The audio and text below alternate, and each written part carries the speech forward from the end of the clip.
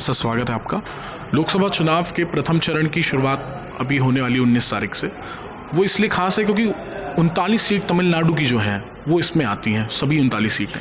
उसमें भारतीय जनता पार्टी कितना जीतने जा रही है, क्योंकि आप 400 पार का नारा दे रहे हैं मोदी जी और आपकी टीम भी दे रही है। देखिए, तमिलनाडु को मोदी जी ने अपने पूरे गवर्नेंस मॉडल में कितना इंपॉर्टेंस दिया, मैं सिर्फ ये बताना चाहता हूं। 2 डिफेंस कॉरिडोर बने, एक नॉर्थ में उत्तर प्रदेश और साउथ में तमिलनाडु। हमने इसकी चिंता नहीं की कि हम वहां सत्ता में हैं, प्रतिपक्ष में हैं, महत्वपूर्ण है या नहीं है। दूसरी बात, आप याद करिए, काशी तमिल संगम इससे पहले कभी हुआ? आज बताइए, आर्टिफिशियल इंटेलिजेंस का जब यूज किया गया तो सबसे पहली लैंग्वेज हिंदी से कौन ट्रांसलेट की गई? काशी तमिल संगम में जब एक्सपेरिमेंटल बेसिस पे 5 मिनट के लिए प्रधानमंत्री जी ने हिंदी से तमिल में ट्रांसलेट किया। मेरे विचार से भारत में कोई उदाहरण नहीं होगा कि उत्तर भारत में किसी प्रधानमंत्री ने तमिल में ट्रांसलेट करवाया हो। और अभी आपने देखा हो कि कच्चा थीवू का विषय उन्होंने जिस ढंग से उठाया, हमारे घोषणा पत्र में है कि जो मछुआरे होंगे, जो कोस्टल बेल्ट के लोग हैं, उनको किसानों की तरह दर्जा दिया गया कि वो क्रेडिट कार्ड ले सकते हैं, उनकी नाव का बीमा कराने की बात की गई। और अगर आप देखें तो श्री राम लला विराजमान के प्राण प्रतिष्ठा से पहले मोदी जी रामेश्वरम गए थे और 22 कुओं से खड़े होकर वहां पर उन्होंने स्नान किया। और अभी हमारे घोषणा पत्र में कहा गया है कि हम थिरुवल्वर कल्चरल सेंटर बनाएंगे ग्लोबल लेवल पे, यानी जो भारतीय संस्कृति को विश्व के धरातल पर स्थापित करेगा।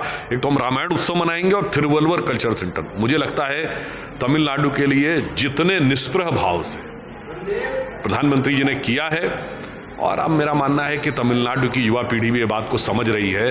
वो डीएमके AIADMK वाला दौर कि उत्तर भारत और दक्षिण भारत के बीच में लड़ाई कराते रहो, चंद वोटों को डिवाइड करके करते रहो, मुझे लगता है उससे अब युवा पीढ़ी नहीं निकल रही है। तमिलनाडु में एक नया स्वरूप दिखाई पड़ रहा है। हमारे प्रदेश अध्यक्ष अन्नामलाई बहुत युवा और एनर्जेटिक नेता हैं, तो हमें इस बात का पूर्ण विश्वास है कि इस बार तमिलनाडु के परिणाम आश्चर्यजनक रूप से बीजेपी के पक्ष में आएंगे। आपने युवाओं की बात करी। उत्तर प्रदेश में डबल इंजन की सरकार है पिछले 6-7 वर्षों से।